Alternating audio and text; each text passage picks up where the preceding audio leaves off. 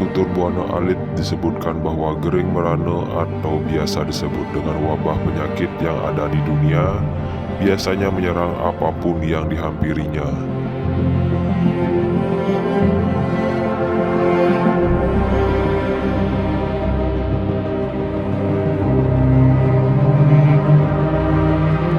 Gering merana ini biasanya bisa hilang ketika sudah melaksanakan upacara tertentu. Menurut di dalam lontar Gerubung Agung dijelaskan bahwa munculnya wabah penyakit merupakan suatu petanda adanya ketidakharmonisan alam semesta dengan isinya.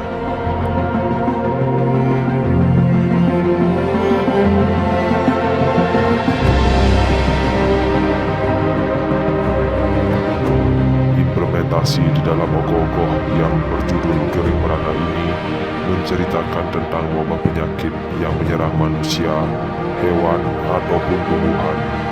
Sosok Buddha Kala yang diceritakan ogoh-ogoh ini menceritakan Buddha Gering yang sedang membawa wabah penyakit untuk disebarluaskan ke dunia yang nantinya akan membuat kehancuran karena ulah dari Buddha Gering tersebut.